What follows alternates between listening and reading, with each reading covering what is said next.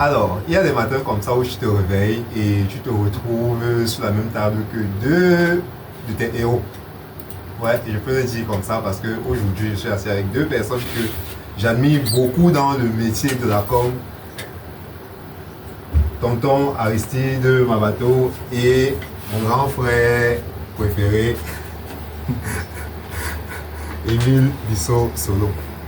Nous sommes de retour sur notre émission Entretien d'embauche sur la 104.2 comme chaque samedi à 13h30.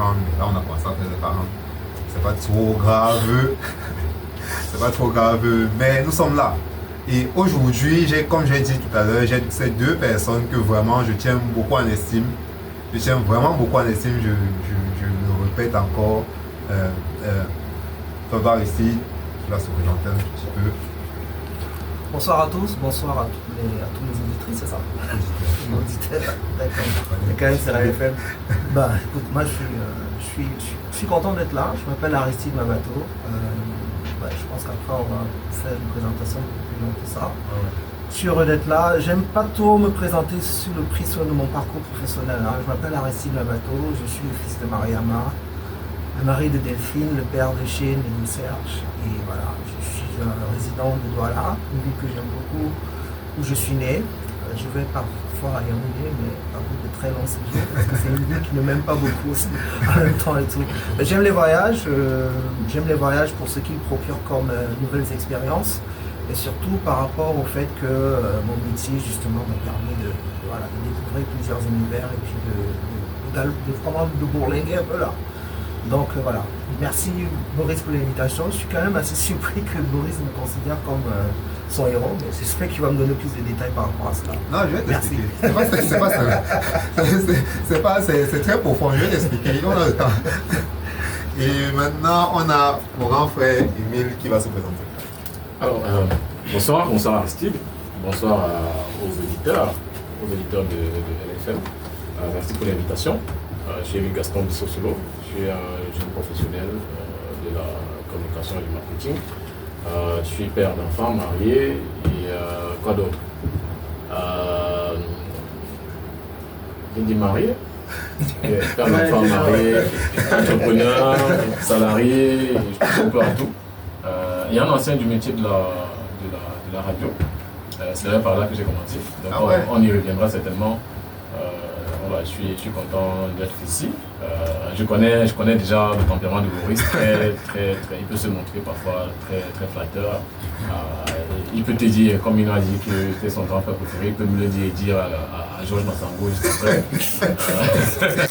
Donc bon, ça fait plaisir d'être considéré, et le fait d'être invité à cette émission est la preuve que voilà, parmi tant d'autres, on compte quand même dans son estime. Et on s'en réjouit. Ouais.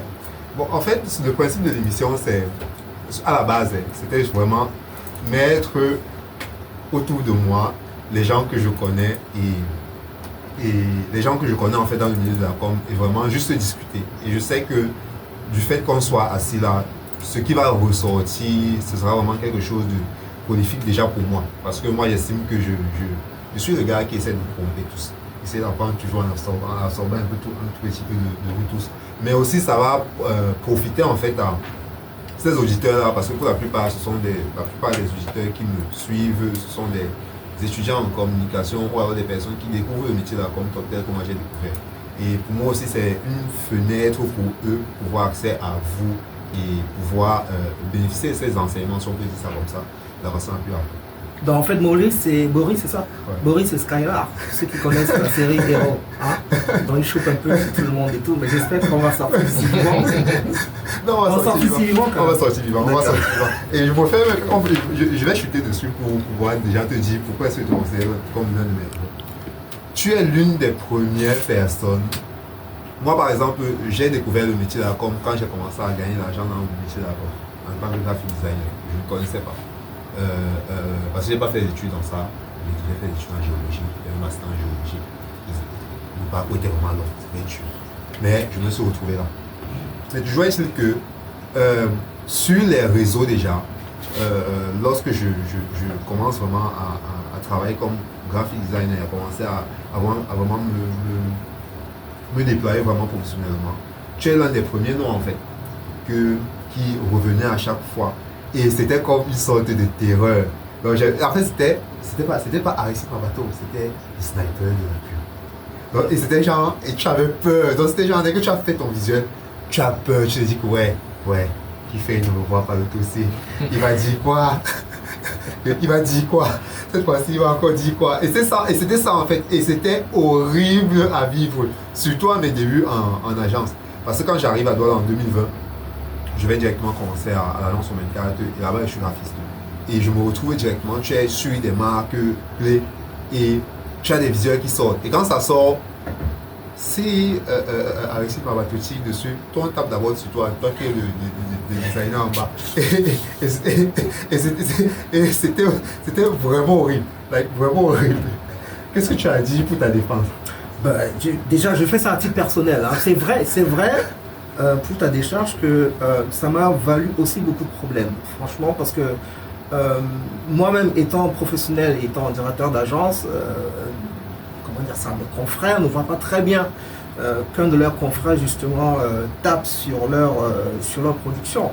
Mais taper, bon, c'est peut-être parce que c'est Sniper qui ressort, mais non, comment dire ça? C'est une appréciation en fait. En général, l'appréciation n'est pas forcément positive. Hein. Je souhaite l'appréciation qui parle. Et en même temps, j'essaye toujours de garder à l'esprit que c'est des productions aussi qui sont faites par des confrères et tout. Mais c'est aussi une façon de voir les choses autrement. On leur dit que tiens, on est peut-être passé à côté d'un certain nombre de choses et tout.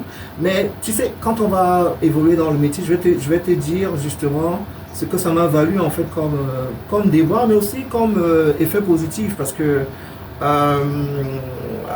pour ne rien vous cacher, hein, moi j'ai eu des conversations très musclées avec Bonnie, mon patron et ami en même temps, qui me dit mais écoute Aristide, voilà il y a un tel qui appelle, apparemment tu aurais brocardé sa dernière campagne, et ainsi de suite, avec tout ça, est-ce que tu peux un peu y aller un peu mollo quoi, parce que voilà effectivement il y a cet aspect du fait que les gens ont souvent tendance à prendre les choses personnellement. Ouais. Moi, j'ai dit toujours, un responsable de marque, il va partir, la marque va rester en fait. Et d'autres personnes vont devoir s'en occuper et l'appréciation que les gens vont en faire, excuse-moi, c'est apprendre en fait. Hein. On prend ce qu'il y a à apprendre et puis après on se dit, bof, ce n'est que ce n'est qu'une appréciation, ce n'est qu'un avis. Mais heureusement que tout le monde ne le perçoit pas très mal. Il y a beaucoup de gens qui viennent vers moi, qui m'écrivent en DM, écoute, merci pour la remarque et tout, j'espère qu'on va en tenir compte. Juste pour finir là, une des choses qui me rend très en colère, justement, par rapport aux productions, on va dire, affichage, hein, parce qu'on va parler de la radio et puis de la télévision, c'est les problèmes de typo régulières. Okay. En français, on ne met pas le mois en majuscule. Pour moi, ça me rend malade en fait. Quand tu dis grosse promo de décembre et tout ça, si ce n'est pas des capitales partout, pourquoi est-ce que tu vas mettre grosse promo de décembre et tu mets décembre avec des majuscules? Moi, quand je vois ça, ça me fait sortir de mes gants. Et pareil, sur l'anglais. En anglais, les jours sont portent un F majuscule en fait. Tu vois, en anglais, les jours portent un F majuscule. Pareil pour les mots en fait. Ouais. En français c'est différent. C'est pareil aussi sur les ponctuations. 2 points. Quand tu fais en français 2 points, le mot qui suit le dernier mot avant le 2 points, la double ponctuation, il y a un espace en fait. Mais les gens ils font toujours cette erreur. En anglais c'est différent. En anglais si tu dis Welcome to Cameroon, si tu mets un point d'exclamation, oui le point d'exclamation est collé à Cameroun, il n'y a pas d'espace. Donc c'est vraiment les choses basiques comme ça qui à un moment donné tu te dis voilà les grosses marques qui ne font pas leur devoir, on va dire. Ouais. Dit comme ça maintenant, ça make sense. Je pense moi personnellement, tu vois, en prenant un peu de recul, ça m'a, le fait que tu existais comme une ombre qui planait sur les réseaux et qui surveillait nos visuels, ça nous faisait, nous qui étions dans notre studio de créa, on devait c'était même pas double check, c'était triple ou quadruple check, tu vois. Et ça, d'une façon ou d'une autre, ça a contribué à augmenter en fait nos standards en termes de production. Ça, quand même, ouais. Super, je prends avec les 2 mains. Maintenant, Émile, toi particulièrement, je pense que première rencontre physique. Notre première rencontre physique, c'était dehors. Et je suis en train de passer, je vois un gars qui est assis, il me dit, petit, cherche-moi. En blague, c'est qui comme ça là? Je vais, ça va arriver, je pars. On se recroise encore, au même endroit une autre fois. Petit, tu me cherches pas, cherche-moi. En blague, ouais. Et c'est après en fait que je connaissais le personnage sur Twitter. Je connaissais aussi le personnage sur LinkedIn, tu vois. Mais je n'avais jamais fait l'association entre les deux. Et ensuite, il y avait le troisième personnage maintenant que j'avais croisé dans la rue. Je n'avais pas fait l'association entre les trois. Donc, je ne savais pas que c'était absolument la même personne partout. Et surtout qu'à l'époque, ton Twitter name sur Twitter, c'était E1000 avec 100. Et sur LinkedIn, et maintenant sur LinkedIn, c'était vraiment ton nom, tu vois. Et maintenant, il y avait toi dans la vraie vie. Donc, je n'avais pas fait l'association. Et ça, c'est quelque chose qui m'a lorsqu'on a commencé à vraiment discuter ensemble et que j'ai appris à te connaître, c'est quelque chose qui m'a, je te promets, ça a contribué à, quand je faisais comment dire, mon benchmark pour créer le personnage de Skillcat, tu vois, ça a contribué en partie, peut-être à 20 ou à 25%. Ouais. Donc en fait, me retrouver à avoir ces deux alter ego. Genre tu as l'alter ego, genre le professionnel, tu as le personnage que tu joues qui est comme ta tête de tunnel, tu vois, pour pouvoir toucher beaucoup plus de monde. Et il y a maintenant le vrai personnage derrière. Ouais, bon, je pense pas que je le fasse de manière délibérée, j'essaie juste d'être moi-même. Je joue pas un rôle. Moi tu essaies d'être nous-mêmes en fait. Oui. En fait, c'est juste pour dire que j'ai grandi avec un fil conducteur que j'ai appris dès mes premières journées de classe de communication. C'est mon enseignant, aujourd'hui professeur Ibana, qui, lors d'un de ses cours, avait dit en communication, chaque discours est prononcé dans un contexte. Okay. Il est parti en profondeur dans les explications et puis bon, ça a contribué à faire de moi ce que je suis. C'est-à-dire quelqu'un qui n'entre pas dans les moules. C'est-à-dire que je peux être sur LinkedIn, avoir des discussions professionnelles d'un niveau exceptionnel, incroyable, élevé. Comme je peux me retrouver dans un marché à boire de la bouillie avec d'autres amis qui ont peut-être moins de substance que moi, mais quand même m'accommoder de leurs commentaires. Je peux discuter de tout avec tout le monde en fonction de l'endroit où je suis. Aristide, que voici, qui est mon grand frère, que j'ai rencontré dans certains cadres. Quand je vais le rencontrer, c'est que non, là, c'est pour un sujet sérieux. D'ailleurs, quand c'est pour un sujet sérieux, la manière de m'y prendre est différente. C'est-à-dire, je l'appelle, je prends rendez-vous, je vais le voir. Je n'attends pas de le croiser en route. Je n'attends pas de le croiser au Polé-Polé, par exemple, pour discuter. Quand on se retrouve au Polé-Polé, on peut avoir des discussions sur des choses légères. Quand on se retrouve à la radio, comme on est aujourd'hui, c'est vraiment un moment sérieux. On est là pour discuter des sujets sérieux. Je pense à vraiment très au sérieux. Et quand je suis sur Twitter, par exemple, pour moi, Twitter, c'est l'importance que je donne à ce réseau est secondaire, parfois tertiaire. C'est un réseau où je vais pour m'amuser. Je vais puiser ce que j'ai à puiser de l'expérience des autres, mais j'y vais d'abord pour m'amuser, pour passer du temps. Si je veux avoir une discussion sérieuse et constructive avec quelqu'un, j'essaie de pouvoir l'aborder, lui dire, ok, un peu comme avec toi, même si ça a été fait d'une certaine manière, à la fin, ça aboutit à un projet sérieux. Je connais reconnaître les qualités des uns et des autres, même si c'est dans un environnement bruyant où on peut trouver, disons dans un pizzaïer, on peut toujours trouver quelque chose de bien dans les gens qu'on côtoie. Au milieu de tout ce gros désordre-là, il y a des gens qui ont des qualités, il faut savoir les reconnaître. Il y a des gens qui sont très talentueuses, mais parfois qui ne vous feront pas voir leur talent en fonction du contexte ou du lieu dans lequel ils se trouvent. Ils s'exprimeront mieux dans le cadre professionnel ou dans le cadre plus approprié dans le quotidien qu'ils vivent. Mais moi, quand je sors du boulot, quand j'arrive au boulot, pour te dire, c'est vraiment des personnalités différentes. Quand j'arrive au boulot, si vous arrivez à mon lieu de service, le bâtiment où nos bureaux sont, il y a très peu de personnes qui me connaissent. On va te dire, on connaît, non, il y a un gars mince là, qui est là-bas en haut. Parce que au travail, je n'ai pas le temps de discuter avec les gens de n'importe quoi. Il y a des gens au bureau qui vont te dire qu'on ne sait pas que ce gars, il parle, on ne sait pas qu'il bavarde, on ne sait pas qu'il boit, on ne sait pas. Non, je viens pour travailler, je finis de travailler. J'ai d'autres cadres dans lesquels je m'amuse, où je bois, où j'ai des commentaires beaucoup plus simplifiés. Et quand quelqu'un qui ne me connaît que dans le cadre professionnel, me retrouve dans ce cadre-là, il est surpris. Il est surpris de savoir que, attends, non, le type, c'est comme ça qu'il parle souvent. Tu vois un peu ce que je veux dire? Ouais, je vois. Et à la maison, j'ai un autre tempérament. Je suis un père de famille, je suis un papa. Et je dois être rigoureux envers mes enfants. Il y a un temps pour jouer, il y a un temps pour s'amuser. Quand je suis avec mes amis, je m'amuse comme un enfant. Quand je suis avec mes parents et mes aînés, je veux dire de même filiation, je m'amuse comme un petit frère. Quand je suis avec mes cadets, je prends le rôle de grand frère. Donc, tout discours, finalement, comme l'avait si bien résumé, doit être prononcé dans un contexte. Dans un contexte. Donc, ouais. C'est un peu comme, tu ne vas pas inviter une fille que tu veux épouser, tu ne vas pas l'inviter au premier rendez-vous chez toi. Même si tu veux parler de quel sujet sérieux, ce n'est plus sérieux du tout. Donc, tu vas quand même faire l'effort de l'inviter premièrement dans un endroit un peu respectable. Ouais. Donc, c'est ça, c'est un peu ça.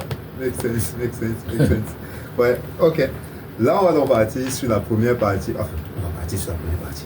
On va entamer la première partie de notre émission. Mais on va d'abord mettre une petite pause pub.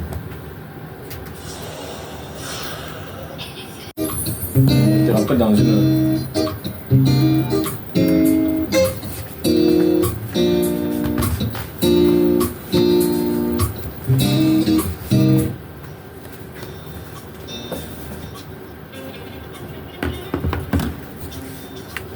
Alors, nous sommes de retour sur notre émission Entretien d'embauche et on va embrayer sur la première partie de notre émission qui est la partie où on raconte nos parcours.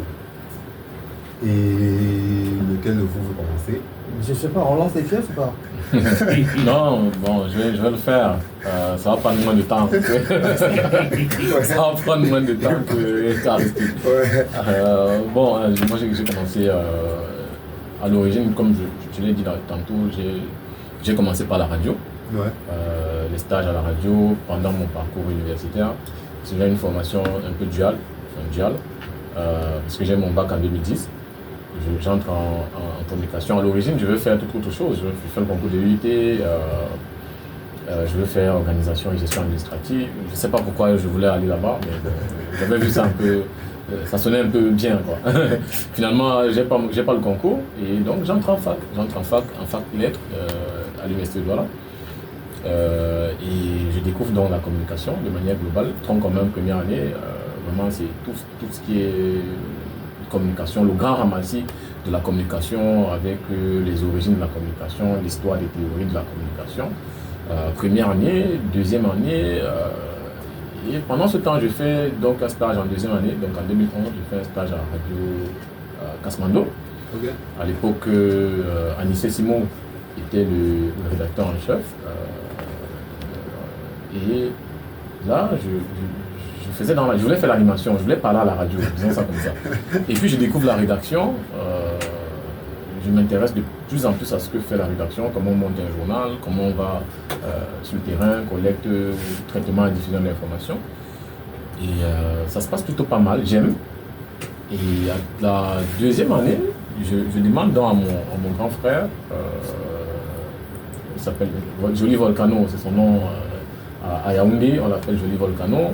Je lui dis, je veux faire la radio. Il me dit, ok, si je veux faire la radio, il n'y a pas de souci. Mais j'ai déjà fait un peu de radio à Douala, je vais tenter un peu Yaoundé. Comme tu es là-bas, il me dit, il n'y a pas de souci. Donc il m'obtient un poste de stagiaire chez Radio Environnement. Okay. À Yaoundé. Je suis à la rédaction. J'y ai connu beaucoup de monde, beaucoup de monde de la radio. Martinez Zogo qui est décédé, il ne travaillait pas là-bas, mais j'avais l'opportunité de les côtoyer. Donc après la deuxième année, je rentre à Douala et je suis un peu embêté parce que j'ai encore soif d'apprendre, de le connaître. Donc en troisième année, j'ai dit ok. Après la troisième année, j'ai eu ma licence, j'ai dit j'arrête l'école, je vais faire la radio. Je vais être journaliste. Et parce que après la deuxième année, je rentre, donc au lieu d'aller faire communication des organisations pour après avoir un cursus par exemple dans la pub et tout ça là, je me spécialise en 3e année communication sociale et médiatique. La communication sociale et tout ce qui est communication pour le changement de comportement, tout ce qui est prévention du paludisme, sensibilisation au VIH et tout ça, c'est la communication sociale. Je fais donc ce cursus communication sociale et médiatique, donc le côté médiatique, collecte, traitement et diffusion de l'information. Et je mets l'accent plus dans ces cours-là. Parce que je suis déterminé à faire de la radio. Donc en 3e année, je vais à Yaoundé encore pour un autre stage, je vais à Magic FM. C'est là que j'ai été dégoûté de la radio. Parce que j'ai fait 3 mois de stage à Magic FM.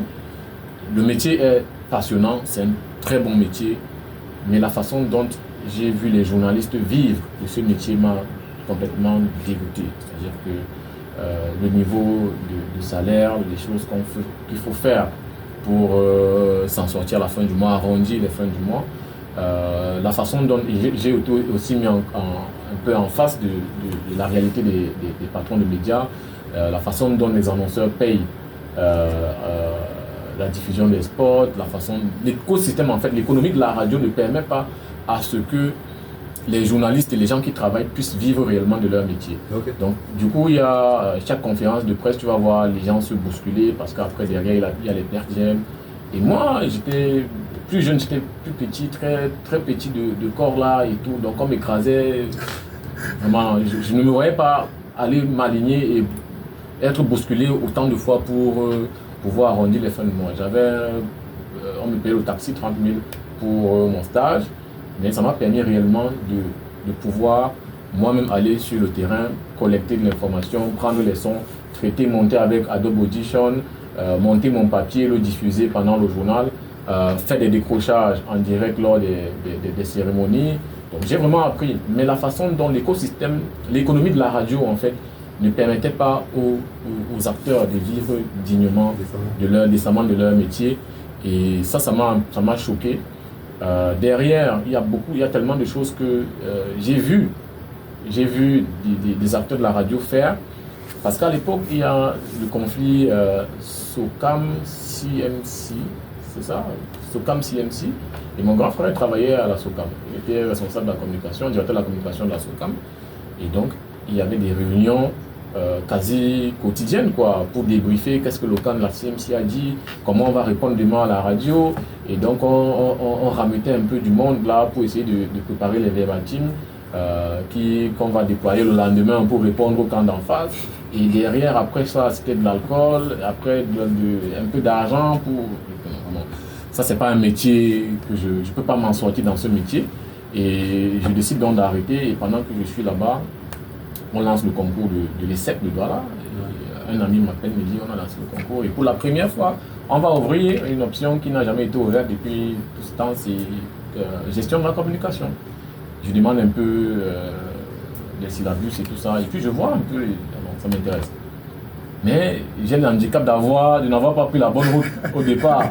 Donc je me dis, ok, bon, de toute façon, ça reste la communication, je vais y aller. Donc je fais mes études je vais à l'ESSEC où vraiment je suis plongé, baigné dans la communication proprement dite. Et puis comme c'est une école de commerce, vous allez faire un peu de tout, vous faites la gestion, vous allez faire un peu de comptabilité, un peu de finance d'entreprise. C'est des choses qui m'aident aujourd'hui. Avant, je trouvais ça superflu, mais quand on se retrouve en position, voilà, et qu'on peut analyser quand même un peu la finance, la fiscalité, qu'on n'est pas complètement étranger à certaines missions, ça aide. Et à côté de cela, donc, il y a les cours de création publicitaire, il y a des curricula. Aristide était même d'ailleurs venu nous entretenir sur la gestion des médias, le domaine dans lequel il a longtemps travaillé, il travaille toujours.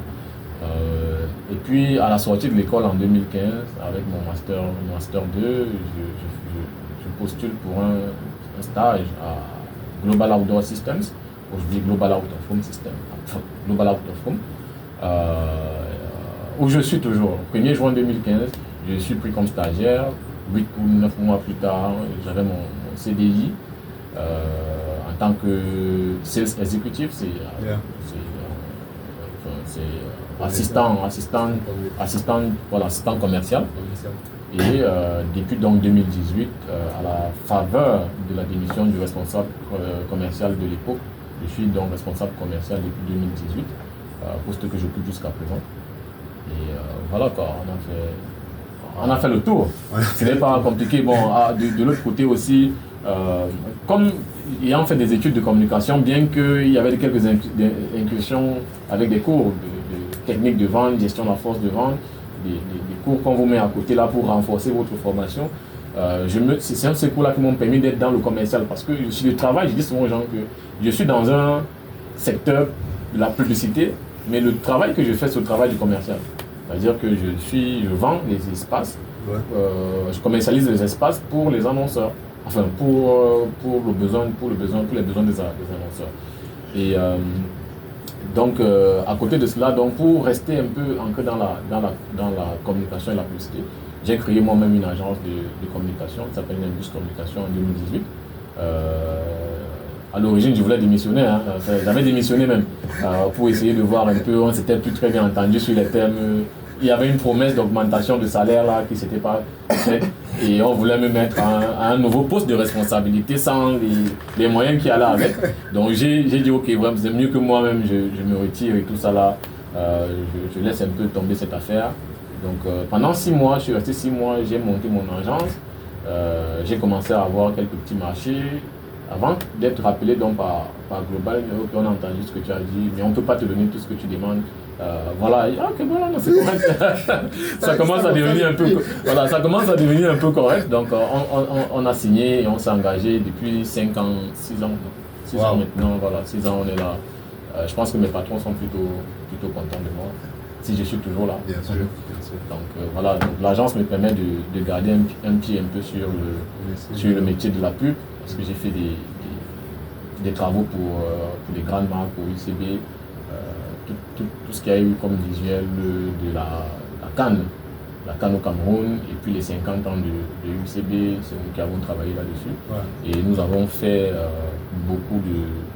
pratiquement tous les spots radio jusqu'en 2023. Tous les spots radio de UCB, c'est l'agence qui fait.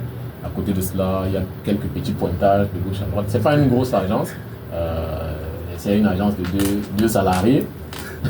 Mon épouse qui est la secrétaire et puis moi-même. C'est pas mal. Voilà.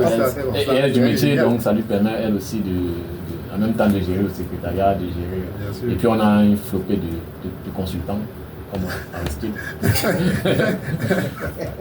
Donc voilà quoi, ça permet de garder le pied sur le métier. Mais pour être honnête, c'est aussi une voie de sortie si jamais demain. Bien sûr. Voilà. Ouais, parce que je sais comment j'ai fait des consultants chez vous là-bas. Ouais. Donc voilà, c'est ça. Ok. Donc on va passer à ton temps ici, tu vas nous parler un peu.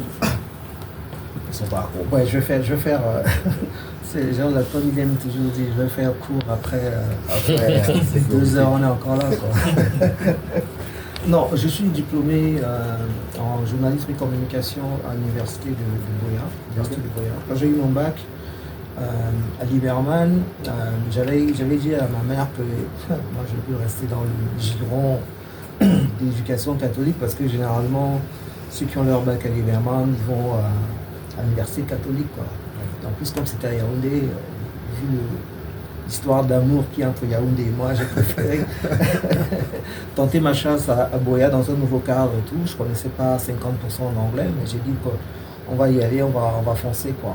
Donc pendant mon cursus à l'université de Boya, j'ai eu l'occasion de travailler comme tu vois, agent sondeur là, pour RMS. Okay. C'est-à-dire qu'on allait sur le terrain, on interrogeait les gens, on avait des questionnaires et tout, qu'on faisait administrer aux gens. TNS. Ouais, qui est devenu TNS, c'est pas, ils sont toujours là. Je pense qu'ils étaient à... Bref, ouais, RMS qui est devenu TNS plus tard et tout ça. Donc ça commençait justement à me mettre dans l'ambiance de tout ce qui est communication, notamment la publicité. Là, on recueillait des éléments qu'on appelle insight en fait dans le métier. En fait, c'est-à-dire qu'on interroge les consommateurs sur un certain nombre de variables, sur un certain nombre de paramètres et tout ça. Et on fait une espèce de résumé, de rapport après cette étude et tout. Ça permet que les annonceurs qui sont demandeurs ont une vie assez holistique. De comment est-ce que leur marque est consommée, perçue, et ainsi de suite, quoi. Après j'ai mon diplôme de l'Université de Bordeaux en 2001. Je ne me rappelle même pas très bien ce qui s'est passé entre 2001 et 2023, mais j'ai commencé à trouver mon premier boulot en 2003, en fait. En 2003, chez BNC Communication. Et là-bas, j'avais comme patronne Mireille Foumécan, qui est aujourd'hui directrice de ACS, c'était mon patron direct. Et c'est là-bas que j'ai tout appris, en fait, parce que je venais de sortir de l'université. Et comment est-ce que j'arrive chez BNC? J'arrive chez BNC par un pur hasard. C'est-à-dire que j'ai un ami qui bosse déjà chez le Crédit Lyonnais à l'époque, à TJ Ragraph aujourd'hui, avec un ancien camarade de Liverman qui me dit, écoute Aristide, tu as eu ton diplôme, donc comme tu as eu ton diplôme de com, écoute, nous on a lancé un nouveau service ici, peut-être que ce serait intéressant que tu envoies ton CV. Donc j'envoie mon CV, je rencontre la responsable de communication à l'époque, Madame Bissiangol. Elle me dit, écoute, malheureusement, il n'y a plus de postes à pourvoir, mais par contre, moi aussi, comme j'étais une ancienne des agences, elle m'a donné 3 adresses. Première adresse, je crois que c'était AGP. Deuxième adresse, Océan Ogilvy. Troisième adresse, BNC. Je crois AGP, je vais chez AGP, je ne peux rencontrer personne. On me dit que le boss il est en congé, ainsi de suite. Et comme Ogilvy est sur la même rue, là, dans rue Coloco, donc je descends chez Ogilvy, j'arrive chez Ogilvy, je viens avec ma lettre de recommandation. Je rencontre le directeur à l'époque, je pense qu'il s'appelait Hugues, enfin un français et tout ça. Donc j'arrive, bonjour, voilà, Aristide Mabato, Madame Bissiangol me recommande, enfin. J'aimerais travailler chez vous. Première question, vous voulez quoi? Commercial ou créatif? Je ne connaissais rien du tout, je dis je vais être créatif. Je regarde mon CV, mais non, vous ne pouvez pas être créatif. Vous avez le profil d'un commercial. Vous venez me voir dans 2 mois parce que je suis en train d'aller en congé là. Donc je sors de là. Et le lendemain, je vais chez BNC. Je vais chez BNC tout de suite.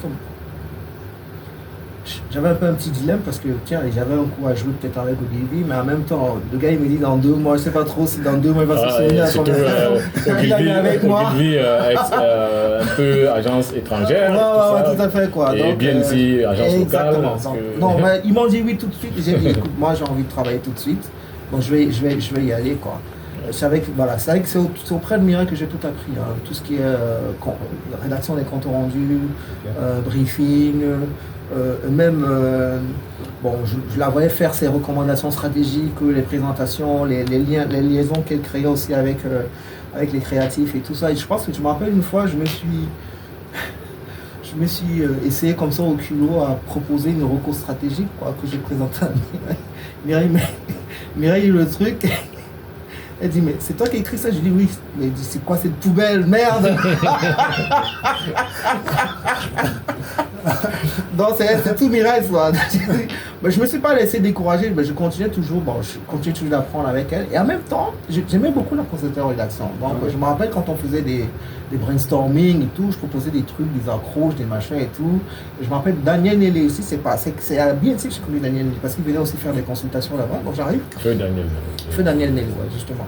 Donc, je faisais des propales, parfois ça passait un peu moins bien parce qu'effectivement il y avait aussi des DCR aussi qui étaient sur place quoi. Okay. Mais je me rappelle mon plus gros coup justement en tant que commercial CR chez BNC, c'est que le script de la campagne de mutation, je pense de lancement de mutation, c'était mon script. Oh. Fierté totale, ainsi de suite. Malheureusement, quand on fait les archives, hein, moi j'ai un crève-cœur parce que mes archives, en 2009, on m'a chouré tout, on m'a cambriolé, on m'a volé mon ordinateur. En 2009, on n'avait pas forcément l'esprit de garder les trucs en backup, on n'avait pas de cloud, on n'avait pas forcément des disques durs externes et tout ça, donc on gardait tout dans les ordinateurs. Je pense que les disquettes mouraient aussi, donc c'était un peu compliqué. Donc j'ai pas ces archives-là, sinon j'aurais été heureux de les partager quoi. Dans 2005, j'arrête mon aventure avec BNC pour des raisons évidentes, c'est que j'ai envie de grandir, j'ai envie de voir d'autres choses, de nouvelles choses et tout ça. Donc en 2005, je me destinais à aller travailler en Inde. Bizarrement, chez Ogilvy, je pense que j'avais trouvé un petit boulot de chef de pub dans une ville en Inde, là je me rappelle plus très bien. Entre temps, j'ai une conversation avec Daniel Nélé qui me dit mais viens, je pense qu'on cherche des commerciaux chez nous. Donc Elissa Wolbert venait d'arriver à Nelson et elle cherchait justement des commerciaux parce que voilà, elle avait envie de rafraîchir l'équipe. Elle est venue, elle a retrouvé une équipe de commercial. En fait, je suis le premier commercial sans eux chez Nelson en fait. Okay. Donc c'est Elissa qui me prend sur la recommandation de Pour ceux qui n'ont pas connu Nelson. Ouais, Nelson, voilà, Orange. Nelson, c'est Nelson qui a lancé Orange en fait, en 2001 en fait. C'est-à-dire que justement dans ce parcours-là, quand je parlais justement de mon intérêt pour le cinéma, parce qu'à un moment donné, les programmes de cinéma du Vaury étaient sponsorisés par Orange. En fait. Alors, je pense qu'il y a un prospectus ici que j'ai amené avec moi, que tu peux voir. Je pense qu'il y a le logo d'Orange là-dessus et tout. Voilà. Donc, Orange était déjà avec leur numéro court. C'est quoi, le 998 998. Voilà, 998 ainsi de suite. Quoi. Donc, je vais chez Nelson. Là aussi pareil, hein, changement d'ambiance. Là, vous bossez sur des grosses marques. C'est Orange, c'est Guinness.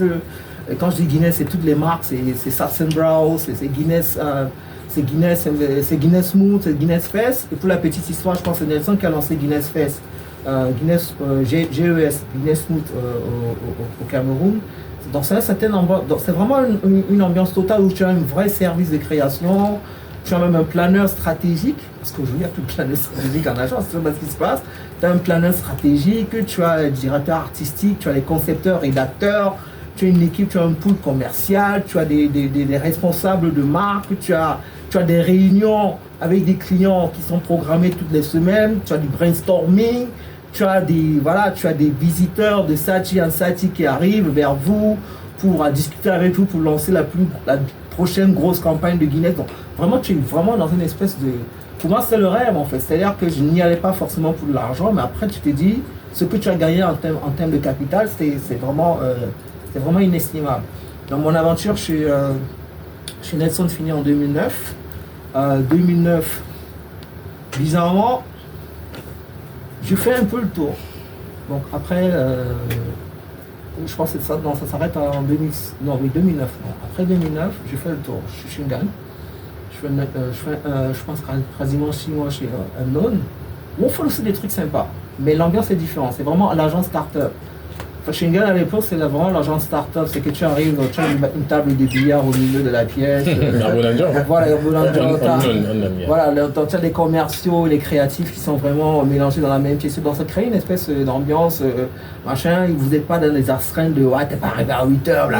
Non, tu arrives, tu choisis ton timing, tout ça. C'était vraiment très free, très free. Voilà. À cause de ton influence de photographe. Exactement, c'était vraiment très free. C'est-à-dire que si tu veux, quand on dit que Rigobert a inventé le concept de Free Boys. Non, c'est Alain Gall en fait qui a créé ce concept-là.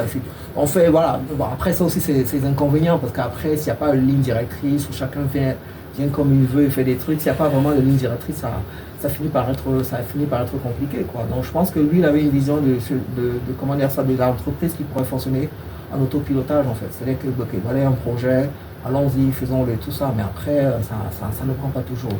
Après, à l'Ingra, je me retrouve chez EXP pareil, un an, où je fais du BTL en fait. Agence EXP qui fait EXP Momentum à l'époque, après c'est devenu EXP avec Charline Gano et ainsi de suite. On fait quand même pas mal de petits travaux sur un an. Et puis, MW, je fais MW seulement 3 mois. J'ai seulement fait MW 3 mois parce que Océan Ogilvy m'appelle, il me dit écoute Aristide, il faut que tu viennes travailler pour nous. On a un budget de téléphonie mobile en Guinée équatoriale. On a besoin de constituer une équipe complète dans le créatif et puis de commerciaux. Et puis quelqu'un qui va aussi gérer l'achat d'espace et tout ça. Et ce serait moi qui gérerais l'équipe quand nous sommes allés. Je n'ai pas hésité simplement parce que c'était vraiment dans ce que j'avais envie de faire. C'est-à-dire qu'avec l'expérience que j'avais déjà gagnée, je voulais un peu quand même un minimum d'autonomie. Et puis c'était intéressant, c'était la Guinée à côté. Malgré tout ce qu'on me disait et tout, j'avais aussi fait de faire aussi ma propre expérience. Et bizarrement, c'était pas tellement ça. Peut-être parce que j'étais pas forcément dans des milieux, on va dire underground, tu vois, un peu le genre où les gens, voilà, tu es plus dans le genre, tu sors de ton hôtel, tu vas au taf, tu fais ton taf, tu reviens, tu t'arrêtes au resto, tu prends ce que tu as à bouffer, et ainsi de suite, quoi. On a fait un bon bout de temps là-bas. Après, je suis revenu. Quand je suis revenu au Cameroun, bon, j'ai arrêté avec Simon Billy. Mais dans la foulée, il y avait une proposition au Gabon. Ok. C'est comme ça que je vais au Gabon. Une meilleure expérience professionnelle en tout point de vue. Parce que en plus de ce que j'avais appris chez Nelson, c'est-à-dire que au Gabon, en fait, c'est que tu avais la partie où l'agence est bien structurée, mais sur le plan social aussi, c'est parfait. C'est-à-dire que tu as tes congés, tu payes tes congés. Vraiment, tout est nickel. En fait. C'est un peu comme si tu retrouves chez un gros. Non, c'est pas comme si tu es chez un gros annoncé, mais en fait, tu es chez l'agence, en fait. Tu vois ce que je veux dire? Ouais.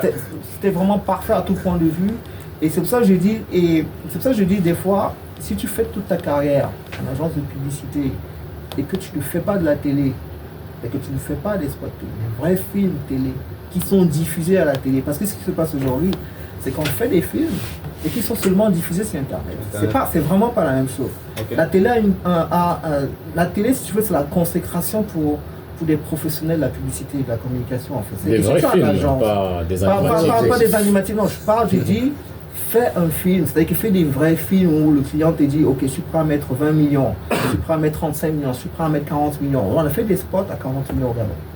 On a fait des spots pour le compte d'Airtel à 40 millions. Des vrais spots où tu fais venir un réalisateur de l'Argentine, tu vois le délire. Wow. Tu vois le délire, tu fais venir les réalisateurs de l'Argentine, tu fais venir un monteur de la Côte d'Ivoire, ainsi de suite. Tu vois un peu le truc. Tu as des projets où on te dit, écoute, s'il faut aller tourner ça à Abidjan, allez, on te donne les moyens pour que tu ailles le faire et tout ça. C'est ce qui a été fait en fait. C'est ça ma plus belle expérience parce que si ce plan-là, au moins tu peux te dire, tu as fait tout le tour. Mais malheureusement, j'aurais aimé travailler pour l'industrie par exemple. Et c'est ça qu'on va revenir peut-être, on va dire. Parce que moi, je fais le parallèle entre l'industrie dans un pays, c'est que ceux qui fabriquent des produits à grande échelle de la communication. C'est que la publicité va être dynamique si on a beaucoup de producteurs en fait. On ne va pas seulement se contenter de Novia aujourd'hui ou de Mayor ou des boissons du Cameroun, ainsi de suite. Il faut qu'on ait beaucoup d'industries parce qu'ils ont beaucoup de choses à vendre, beaucoup de choses à proposer en fait. Pour le moment, ce qui tire l'économie, notamment au niveau de la publicité, c'est la téléphonie en fait. La téléphonie mobile, c'est les brasseurs, mais ça ne suffit pas. Ça ne suffit pas simplement parce que quand il y a un problème chez eux, c'est tout le métier qui est vraiment qui est touché quoi. Donc en 2015, Boni Dachako dans la foulée de New York Forum Africa, il demande à nous voir. Donc encore une fois, on se cause de tout ça parce que quand il arrive au Gabon, j'étais déjà chez Abbas Media. Parce qu'à un moment donné, je me suis dit, ok, tu as fait le tour, essayons de voir un peu ce que ça peut donner au niveau des. Donc c'est une opportunité en fait que j'ai saisie en fait quand Abbas chercher un nouveau directeur de clientèle, moi ayant déjà un peu fait le tour au niveau de RT, parce que le problème aussi c'est que quand vous êtes tout le temps en train de faire les mêmes choses à un moment donné, il n'y a plus de challenge, c'est plus comme si un plafond de verre, ainsi de suite. J'ai Chavez Gabon, qui n'était pas une grosse agence, mais au moins en termes d'achat média, c'était vraiment important en fait. Donc ça m'a permis de parfaire mes connaissances en termes de médias, comment est-ce qu'on analyse les médias, c'est quoi les différents trends, c'est sur quelle base est-ce qu'on fait des choix de tel ou tel support par rapport à tel autre type d'outil, parce qu'ils avaient des outils qui permettaient que ça nous positionnait un peu très bien en termes de médias. Donc Boni Dachako m'appelle, on se rencontre en 2015 au Gabon, et 3 mois plus tard, je me retrouve chez lui en fait. À Akma Media Group, où j'ai commencé comme directeur clientèle en 2015 et en 2021 je suis directeur de l'agence en fait. Donc voilà un peu où est-ce que j'en suis là. Ça fait 21 ans que je suis dans le pipe. J'ai pas envie de dire forcément dans les games, mais ça me permet aussi de pouvoir dire certaines choses avec le minimum de liberté. Je veux dire. Et c'est ce que j'ai dit toujours à mes collaborateurs, laissez-moi aller faire le combat. Et vous restez carré en fait. Ouais. C'est-à-dire qu'il y a certaines choses que mes collaborateurs ne peuvent pas se permettre de dire. Ouais. Ok. Ouais. Mais en fait, s'il faut aller au combat et tout ça là, ok, je prends sur moi la veste du mentor et tout pour dire à un client à un moment donné que écoute, voilà, on est en train d'aller dans une direction qui n'est pas super recommandable et tout. Ne me force pas à te dire d'aller chier, mais voilà, je n'aurai pas d'hésitation à le faire si tu nous pousses sous nos cordes en fait. Bon, c'est pour ça que mes relations, on va dire, avec les annonceurs, c'est pas toujours ça. Tout simplement parce que C'est une relation de franchise que beaucoup de personnes n'apprécient pas beaucoup. Une fois, j'ai eu des problèmes avec un annonceur parce que je lui ai dit, écoute, toi tu ne seras pas là, la marque va vivre. Waouh. Oui, mais la marque, c'est pas ta marque. Non, bien sûr. Ce que je veux te dire, c'est que tu seras pas là, la marque va vivre en fait. Donc, de toi à moi, donc, si tu penses que tu as un meilleur briefing que moi, c'est toi qui vas forcément gagner et tout. Mais moi, je pense que j'ai un briefing et je vois la direction que nous, on te recommande de prendre. En fait. Mais après, si c'est compliqué, bon, on reste souvent chacun dans ses carrés. En fait, juste pour faire une inclusion dans ce que tu dis, c'est vraiment ce trait de caractère est vraiment déplorable de la part de certaines personnes. Parce que ce qu'Aristide a vécu, moi je le vis, c'est peut-être parce que je suis au même endroit depuis tellement longtemps, depuis 10 ans, presque 10 ans déjà, que j'ai vu tellement de directeurs marketing qui étaient d'une chaise à une autre, remplacés par une autre personne qui quitte aussitôt, pour que vraiment ces personnes qui ont ce genre de discours, c'est les gens qui ne connaissent pas. Nous sommes tous des animateurs d'une marque, d'une manière ou d'une autre. Nous travaillons tous pour les marques, nous contribuons à l'évolution d'une marque. Une marque, c'est quelque chose d'immortel, qui a vocation à être immortel. Ce n'est pas comme un produit qui a un cycle de vie bien défini, mais dans le cycle de vie, même la représentation graphique du cycle de vie d'une marque, c'est lancement, après, la marque est censée être immortelle. Donc, moi, j'ai dit la même chose à un aîné qui était chez un grand annonceur. On me disait, écoute, de toutes les façons, on n'aura pas nos marques affichées sur vos panneaux. Et puis, moi, je lui ai dit, écoute, c'est pas grave. Tu es arrivé à ce poste-là, tu as trouvé que j'étais chez Global. Beaucoup sont passés avant toi. Aujourd'hui, je suis toujours là. Tu vas partir, je serai toujours là. Moi, je ne dis pas que je serai immortel chez Global, mais je vais partir. Et que la relation entre Global et son employeur nous précédait tous. C'est-à-dire que mon employeur et son employeur sont en partenariat bien avant que ni lui ni moi soyons là. Donc, s'il veut que la relation s'arrête parce que je ne veux pas forcément marcher comme il demande, parce que marcher comme il demande, c'est remettre en péril la profitabilité de mon employeur. Et puis mon employeur me paye justement pour protéger ses intérêts. Et donc, je ne vais pas mettre en péril la profitabilité de mon employeur parce que je vais te faire plaisir. Donc, tu peux aller investir ailleurs, ce n'est pas un problème, mais ne le fais pas sous prétexte que je suis arrogant ou que je te dis...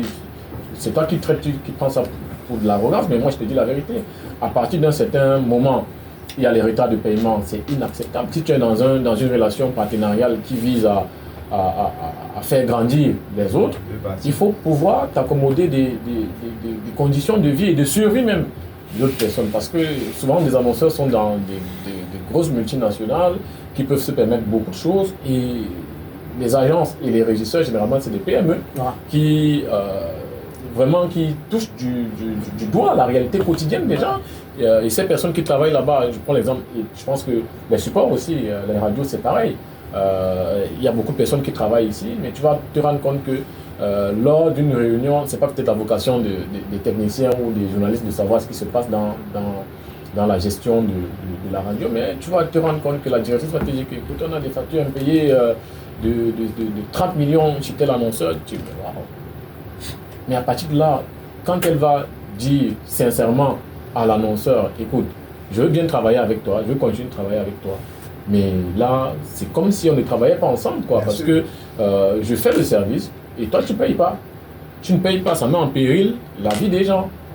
Les gens qui travaillent, qui se lèvent tôt, qui viennent à la radio, qui s'assurent que ton message passe à l'antenne. Mais toi, à ton niveau, fais l'effort de payer. Si tu ne payes pas, c'est pour ça que c'est bien d'avoir des personnes comme Aristide qui n'hésitent pas, bien que le client soit géré par quelqu'un d'autre, lui de prendre le lead, d'aller vers ces personnes-là pour leur expliquer que voilà, on ne peut pas continuer. Soit on arrête la relation, soit on l'améliore. Au-delà de ce que tu dis, Will, c'est que c'est pas, il y a William Tacor qui avait tweeté là. Ton anglais, comment? Non, William Tacor avait fait un tweet où il disait en substance les belles campagnes aussi, c'est dû au fait que l'annonceur, ou bien le donneur d'ordre chez l'annonceur, c'est quelqu'un de cool, quoi. Il a tout à fait raison. Parce qu'aujourd'hui, c'est ça que je dis, aujourd'hui on prend les choses très à cœur. On prend les choses personnellement en fait. Les gens veulent personnifier les marques pour lesquelles ils travaillent. Non, vous êtes des serviteurs de ces marques et tout ça. Et l'intelligence parfois vient de l'extérieur. C'est pour ça que nous on est des conseillers en fait. On vous dit tiens, voilà les différentes pistes sur lesquelles on peut aller. Voilà, just pick one et puis on y va. Et c'est ça qui rend mon expérience par exemple au Gabon la meilleure parce que nous on avait un donneur d'ordre qui était directeur de marketing qui prenait tout sur lui. Aujourd'hui, et si ça foire, il n'hésite pas, il met son poste en danger. Si ça foire, il prend sur lui. Oui, c'est-à-dire que je n'ai pas. Aujourd'hui, tu as des configurations où tu discutes avec un directeur marketing, tu dis que non, il attend la validation du DG. Qu'est-ce que déjà à faire dans tes histoires de marketing? Georges Docolin s'appelle ça la recherche de l'éternité. Oui, voilà. Il est directeur marketing qui sera la recherche de l'éternité. Quand il fait sa campagne média, il va dire ok, j'étais monté dans la voiture de mon boss dernièrement. C'est Radio Intel que j'avais écouté, du coup il va pomper 30 millions dans cette radio-là sans aucune indication. Oui, c'est la radio préférée de son DG, du coup lui va investir là-dessus. Et quand il va acheter les panneaux, il achète les panneaux qui, ok, le DG habite à Bonapriso, je vais acheter un panneau là. Oui.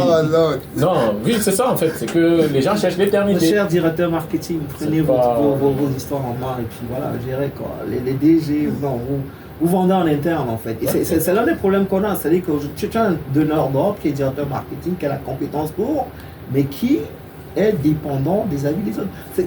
Et tu vois, le directeur marketing dont je parle, c'est Guillaume Bédier, qui est ivoirien. C'est au point où même les débriefings en interne, il les prenait. Mais s'il n'était pas convaincu, on y go en fait. Tu vois ce que je veux dire? Parce qu'après aussi, je pense que c'était la même façon de voir comment ça s'appelle, le mec de Apple, celui qui est décédé. Jobs disait, si tu veux faire du développement, le iPhone par exemple, Jobs dit, c'est une équipe de 30 personnes qui a développé l'iPhone.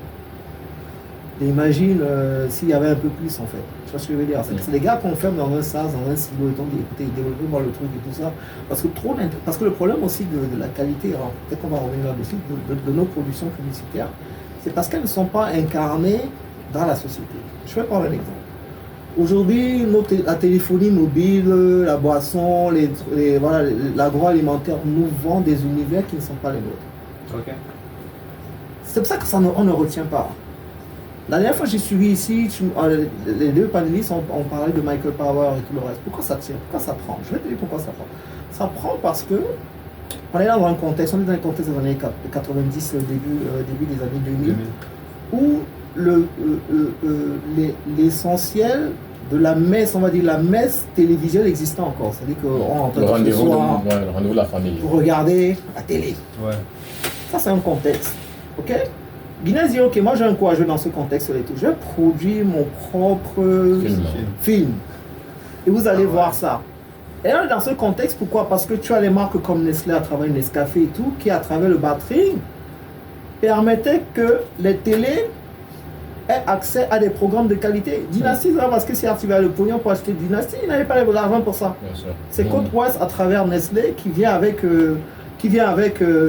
Dynasty, avec ces trucs. Donc il y avait plein de programmes qui permettaient après de placer leurs produits. Absolument. C'est le prétexte pour...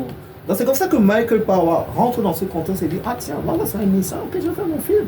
Et vous allez voir mon film et tout ça. De la même manière que vous mangez du Dynasty, du Santa Barbara, et puis plus tard Beverly Hills en fait. Ce qu'aujourd'hui on n'a pas aujourd'hui. C'est-à-dire qu'aujourd'hui vous voulez faire, le Camerounais veut faire le reproche à la télé de ne pas avoir des programmes de qualité. Mais la télé va te dire je n'ai pas l'argent pour avoir ces programmes de qualité là. Pourquoi il faut avoir, pour que je puisse avoir ces programmes de qualité? Il faut que les annonceurs, que la publicité vienne chez moi. Parce que les télés et tous les médias vivent à travers la publicité. Il faut que la publicité vienne chez moi pour que je puisse avoir accès à ces éléments-là. Quand tu vois The Voice Afrique qui part chez... comment ça s'appelle notre chaîne de télé, The Voice Afrique là, qui part chez nos amis de Vox, et tout ça. Mais les gars, c'est pas rentable. C'est pas parce que les annonceurs ne suivent pas forcément en fait. Donc il y a matière à ce que les annonceurs reviennent vers la télé. Les annonceurs se trompent en pensant que les réseaux sociaux vont faire le taf. Non. Les réseaux sociaux ne peuvent pas faire le taf entièrement.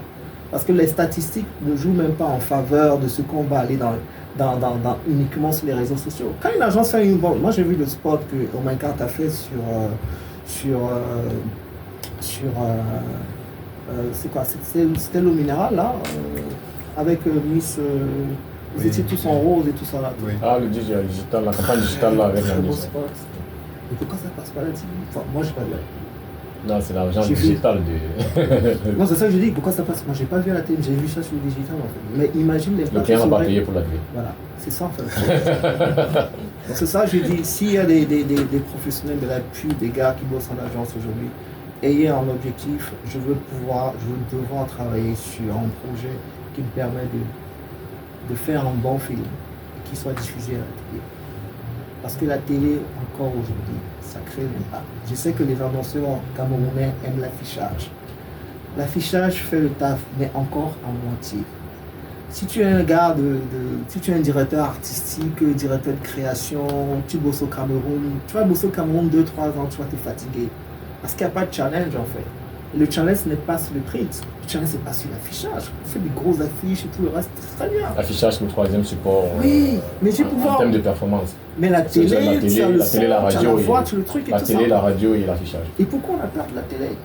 Pourquoi nos annonceurs, quand ils vont faire des trucs, les opérateurs, ouais, tu vas gagner le terrain, tu vas gagner. Mais tu me mets dans quel contexte en fait? Voilà. Le contexte camerounais, c'est quoi? Les gars, ils n'ont pas le courant H24. Aucune marque ne peut prendre le contre-pied de cette insight et tout. Je vais voir mon produit là-dessus. La dernière fois, vous parlez des pubs thaïlandaises. Les pubs thaïlandaises sont démentes parce que les Thaïlandais se reconnaissent dans le délit qu'on leur vend tous les jours. Tu vois ce que je veux dire? Les Thaïlandais de base, ils se reconnaissent dans le délit qu'on vend tous les jours. Aucune pub ne prend le contre-pied du fait que tiens, on est dans des routes pourries. Pourquoi Bonbon Polo marche? Quand Bonbon Polo jusqu'au on se retrouve, c'est Daniel qui a travaillé sur cette com. C'est que dans les années 2000, les routes de Douala sont toutes pourries.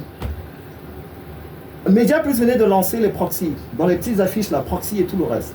C'est quoi l'idée géniale que Daniel ait les trucs? Parce que Bonbon Polo, c'est un bonbon chococat, c'est rond. L'accroche, attention aux trous. Où est-ce qu'on met ça? On met ça à côté des trous.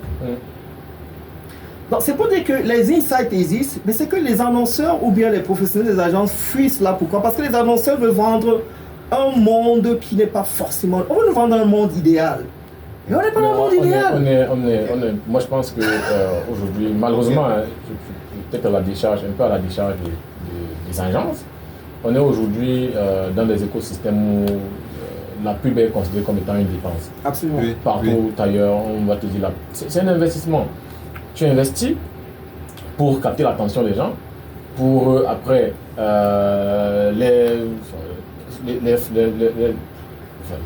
amener dans un couloir qui va aboutir finalement à les fidéliser et puis afin qu'ils adoptent à la fin le but ultime, qu'ils adoptent ta marque, qu'ils créent de l'affinité avec ta marque.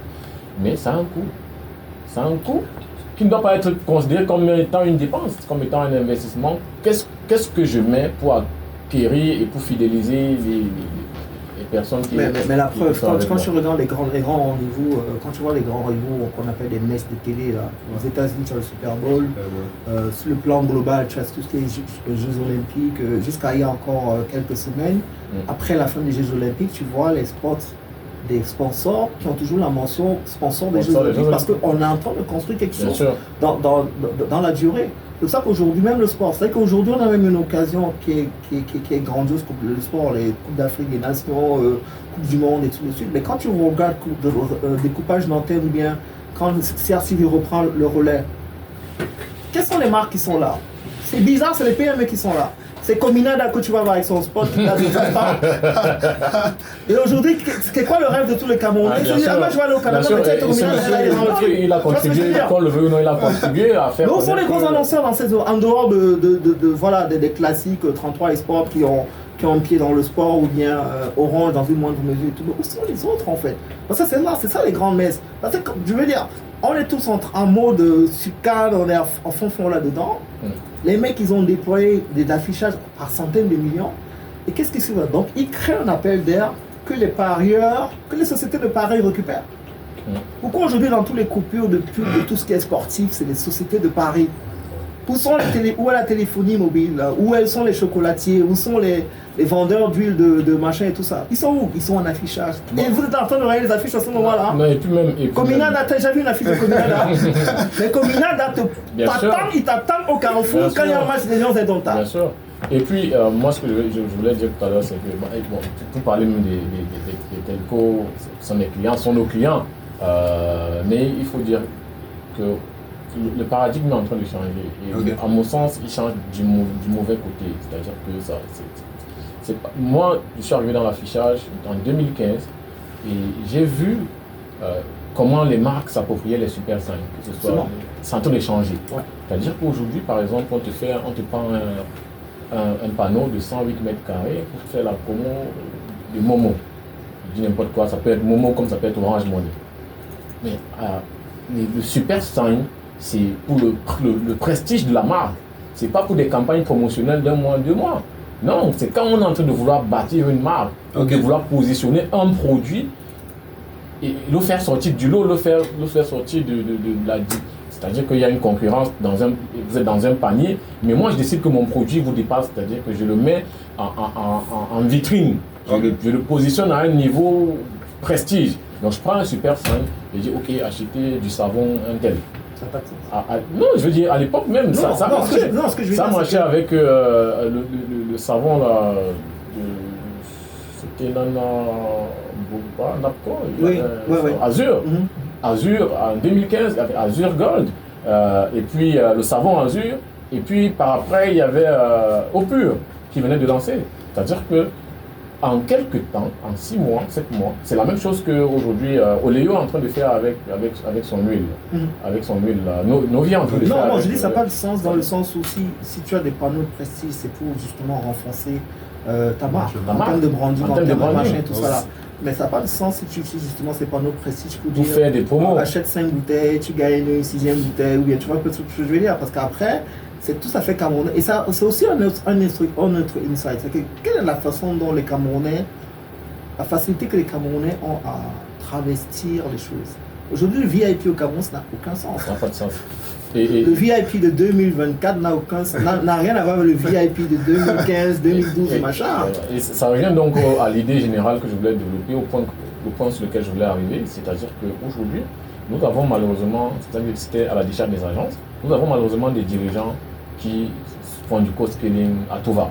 On veut faire des économies, on veut absolument faire des économies. Et donc, tu vas dire à un gars coquet, pour faire de la promo, on a déjà des Super 5 qui parlent de notre marque, du prestige de notre marque, elle est déjà bien positionnée là. Rajoutons 5, 6, 7 millions, 10 millions, on va prendre des petits panneaux de proximité pour parler aux gens qui rentrent dans les quartiers. On va te dire non. Donc, du coup, le directeur marketing, qu'est-ce qu'il fait? Il dit désaffichez-moi le truc là, vous mettez là. Mais c'est clair. C'est clair aujourd'hui. Et c'est parce que aujourd'hui, on n'a donc plus les directeurs marketing, comme le disait Aristide, qui sont capables d'aller. On a plus les slogans, on a plus les gens qui va aller voir son DG pour lui dire écoutez, vous m'avez recruté, vous m'avez nommé, donnez-moi les moyens de travailler. Parce que vous ne me donnez pas les moyens de travailler, je ne vais pas arriver au résultat que moi je veux atteindre. Donc du coup, on se contente de ce que. Et ce sont des discussions très courtes. Bah écoute, on n'a pas d'argent, on va te débrouiller. Ok. Bon. Tu veux quoi? Il y a la dimension économique aussi, que c'est votre entreprise, mais c'est moi qui ai le poste. C'est toi qui prends les décisions, donc on va faire ce que tu dis. Et à la fin, on se retrouve dans les vos meilleurs talents vont aller ailleurs. On va donc se retrouver dans les situations où malheureusement donc on observe ce genre de choses. Et Aristide l'a dit, par le passé, c'est les annonceurs qui investissaient dans les achats de programmes. Les achats de programmes. Je me rappelle ce que notre enseignant nous disait, parlant de la floraison des sites comme à la télé, Canal 2 à l'époque. Il y avait tellement de sites comme Angel, la rue des Maris. Il nous disait que vous pensez qu'on vous aime beaucoup, on ne vous aime pas. C'est pour vous vendre la mayonnaise. C'est-à-dire c'est pour vous vendre la mayonnaise, on prépare vos cerveaux qui libèrent l'esprit, le stress et tout ça. Et puis entre un épisode, on te pousse une petite mayonnaise là. Et jusqu'aujourd'hui, je me rappelle du sourire du mec. Il te ressemblait d'ailleurs. Jusqu'aujourd'hui, je me rappelle du sourire. Et maintenant, ma question maintenant c'est. Maintenant que nous sommes dans ce brouhaha-là, s'il faille changer la donne, qui doit bouger? Ou alors, qui doit poser la première action? Et quelle action, selon vous? Non, en fait, je pense qu'il y a un aspect, on va dire, global, en fait. C'est-à-dire qu'il faut que les gens se parlent, il faut que tous les acteurs se parlent. Parce que tu peux Emile l'a dit, hein, tu peux avoir une idée géniale, même le client apprécie l'idée géniale et tout ça, mais il te dit que gars, je n'ai pas les remboursements, tout machin et tout ça, qu'est-ce qu'on fait? On fait encore dans les quotas 1000. C'est-à-dire que des fois, tu es agence, tu recrutes du personnel, tu recrutes des talents qui font moins que le gars du quartier en fait. Des fois, il m'est arrivé de dire à un annonceur que ce que tu me demandes là, tu me payes pour ça. Tu ne veux pas un petit gars du quartier te faire ça tranquillement. Parce que des fois. Non, mais il y a le prestige de l'annonceur de dire qu'il travaille avec oui, non, c'est pour ça que des fois, quand tu vois des affiches qui ne sont pas signées, c'est pas parce que les gars ne veulent pas forcément signer, c'est parce que le gars n'assume pas, quoi. Bien sûr. Parce que quand je finis de tweeter, les gars, encore en off, que gars, je n'assume pas la campagne. Parce que je ne me reconnais pas dedans. Je ne sais pas ce que je veux dire. Il dit non, c'est bien mon budget, mais je ne l'assume pas. Parce que quand un gars te dit je n'assume pas, c'est parce qu'effectivement. Il a été obligé de le faire. Il a été obligé de faire un truc. Et comme on a justement des problématiques, non, je pense que comme pour répondre à ta question, il faut qu'on ait le courage de s'asseoir, de se parler en fait. C'est-à-dire que le simple fait que je me retrouve même ici, c'est parce que j'ai une conversation avec Daryl Leroux qui dit écoute, Aristide, si vous restez en retrait, nous les jeunes là, on va parler, hein. On va dire des conneries, mais. On va parler. Non, on va parler parce que vous êtes là à côté, vous pouvez prendre le rôle d'auditeur, quoi. Et en tant qu'auditeur, vous allez pester dans vos sièges et tout. Mais on est sur TikTok, on est sur Twitter, on est sur Facebook, on va parler, on va nous dire nos conneries et tout ça. Donc à un moment donné, non, je pense qu'il faut qu'on ait le courage de se parler. Moi, tout est dire, il y a des annonceurs qui organisent même des espèces de comment vous appelez ça, quoi, des réunions, des mises au vert avec leurs agences pendant une semaine. On va réfléchir sur le truc. Les annonceurs qui le faisaient, Nestlé le faisait bien avant. Je ne sais pas pourquoi ils ont arrêté de le faire. C'est-à-dire qu'on s'est dit, ok, on est en train de préparer notre brand plan pour 2025 par exemple et tout. Allons nous mettre au vert quelque part à Kribi ou à Lille et ainsi de suite. On discute des choses, des grands axes et tout ça. Une fois c'est fini, c'est machin. Non, je pense qu'il faut qu'on se parle. Je pense qu'on est une génération où on a gravi les échelons sans se parler en fait. Ouais. Chacun arrivé là et tout ça. Et puis il ne faut pas oublier aussi un autre aspect, c'est que quand une marque comme Heineken ou Messi travaille avec Dentsu au Cameroun, c'est parce que sur le plan global, ce sont les marques en fait. Donc chaque agence locale vient récupérer. Quand Publicis vient récupérer son Nestlé au Cameroun, c'est parce que c'est sa marque et tout. Et pour la petite histoire, je me souviens toujours de la transition entre McCann et Publicis. C'est que le directeur Nestlé arrive à Abidjan, comme c'est la place forte là-bas et tout. Il dit écoutez les gars, moi on a une nouvelle agence qui s'appelle Publicis, donc désormais on va travailler avec eux, donc faites les transitions, faites les transferts, transférer les trucs et tout ça. Mais les gars, les responsables marketing se sont dit mais non, pourquoi vous prenez cette décision, vous ne mettez pas au courant, gna gna, nous on aime bien McCann, on a nos habitudes, gna gna gna, tout ça quoi. Le mec il dit écoutez, c'est pas compliqué, celui qui ne veut pas, il démissionne, il dit je suis encore là jusqu'à demain, vous me laissez vous la démission, je valide ça et puis basta quoi. Et qu'est-ce que les gens ont fait? Se sont mis au vert. En fait. Parce qu'il y a certaines décisions qui sont prises au niveau global qui ne dépendent pas de nous. C'est pour ça que des fois, quand quelqu'un a comme un jeune, le seum d'avoir perdu une marque, je dis, mais essaie de chercher pourquoi tu as perdu la marque. Parfois, ce n'est pas de ton fait. Hein. Bien sûr, la marque. C'est parce que la décision est venue de. Ok. Et puis même parfois, la marque, moi je pense pas forcément que une marque doit rester chez une agence. Oui, ad vitam aeternam en fait. Après 10 ans, tu dois changer d'agence. Oui, parce que Vaudou était triste que Orange parle. Il n'est pas travaillé sur Orange pendant 10 ans. C'est même le cycle de la vie, c'est le cycle normal de la vie. Il faut aller chercher de la fraîcheur ailleurs. Voilà. La fraîcheur dans les idées, la fraîcheur. Pareil, en 2005, quand Nelson a perdu Orange, en fait, je veux dire, je voyais les collègues qui étaient un peu. Je lui ai dit, attendez, vous avez eu la chance d'avoir lancé Orange au Cameroun.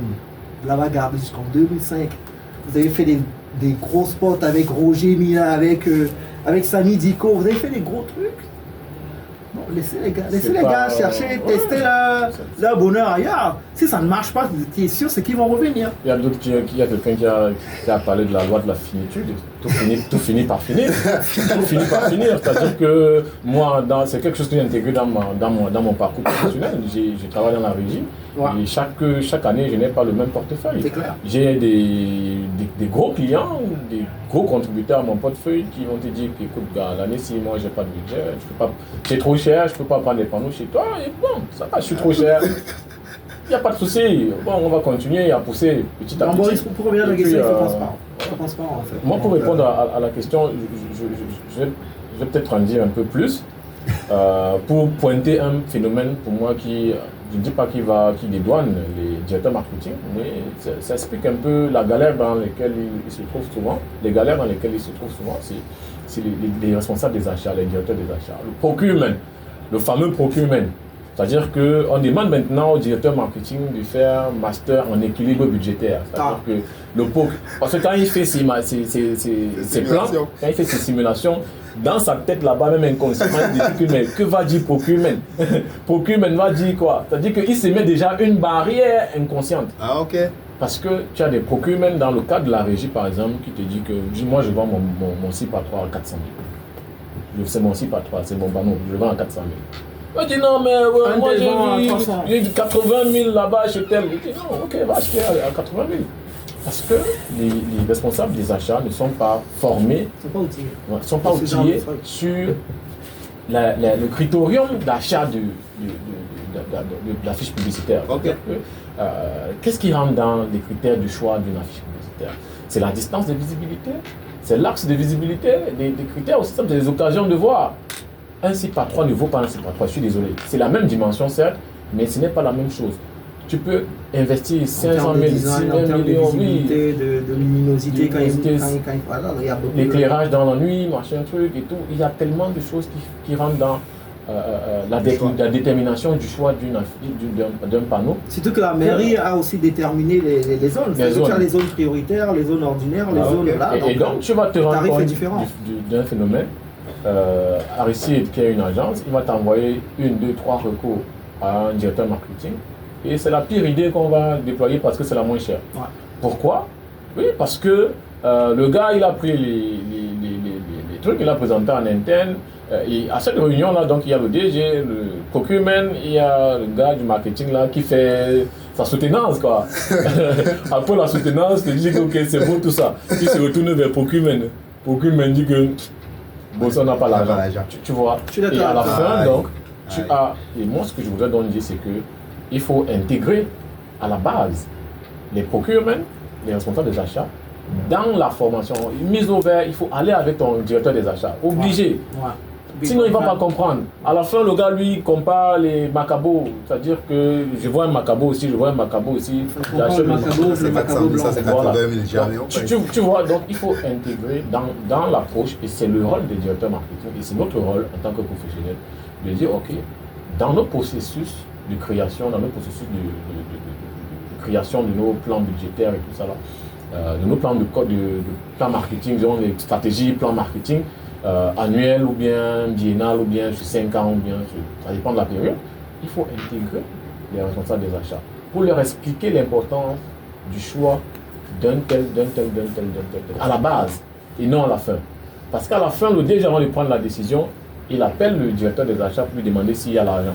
Si le directeur des achats dit qu'il n'y a pas d'argent, même si tu as les 200 idées par seconde, 400 idées par seconde, je te dis ça ne va pas se faire. Donc c'est pas forcément parce qu'il manque. Mais peut-être qu'il faut que les directeurs marketing sortent de. Bon, encore que c'est pas l'attitude, mais qu'ils sortent justement de ces relations un peu de soumission, on va dire, avec. Parce que, après, si tu me dis que le procureur me dit, ok, voilà la limite budgétaire, ok, on peut rentrer dans la limite budgétaire, mais le problème, c'est que même quand tu imposes une limite budgétaire, le marketing veut faire plusieurs choses en même temps. Moi, je respecte encore les marques qui disent, ok, moi j'ai un cap que je vais suivre dans la durée.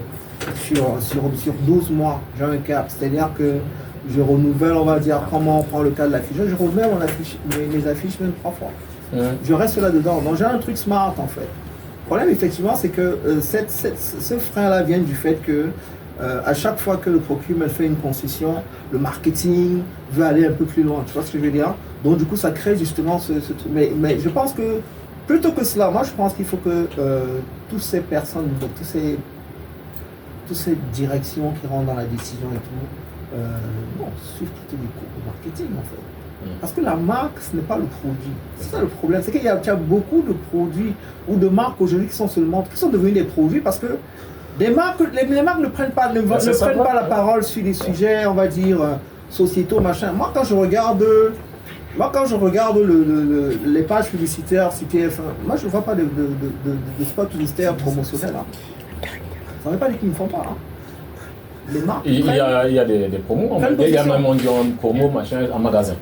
Pas besoin de. Mais nous, on dépense encore des trucs. Ah tiens, ouais, tu vas gagner.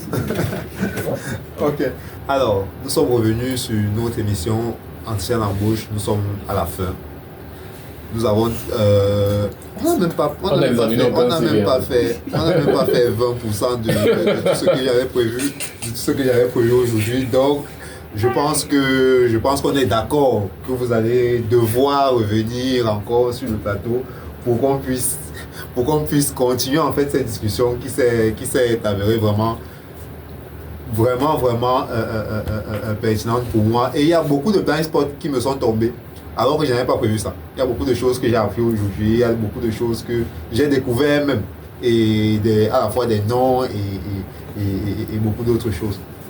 So, un mot de fin pour l'un l'autre.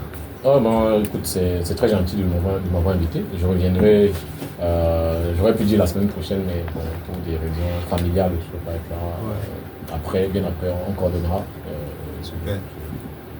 Je prends toujours plaisir à venir à la radio discuter. Moi, si je veux donner un conseil pour finir, chers confrères, chef de publicité, directeur artistique, concepteur, rédacteur, planeur stratégique, s'il y en a encore, je dois seulement vous donner un seul conseil. Cherchez le livre qui s'appelle La publicité selon Ogilvy de David Ogilvy et lisez-le. Si vous le lisez et que vous n'avez pas... Tu parles de ton ancien livre là. Si vous n'avez pas une claque après ça, ça veut dire que vous n'avez pas vocation à faire de la publicité. Et ce n'est pas grave, parce qu'il y a encore des métiers comme les métiers de l'informatique. Vous pouvez être codeur. Vous pouvez être codeur. Non, il y a une grosse pénurie de codeurs dans tout le monde, même aux États-Unis. Donc, vous pouvez être codeur, vous pouvez être, hacker, vous pouvez être ceci, tout quoi. Donc, vraiment, allez-y. C'est dit ton. Merci beaucoup. Ça se dit que le code est plus facile. Ok. C'était Entretien d'embauche avec Boris Kipkat. Bye bye.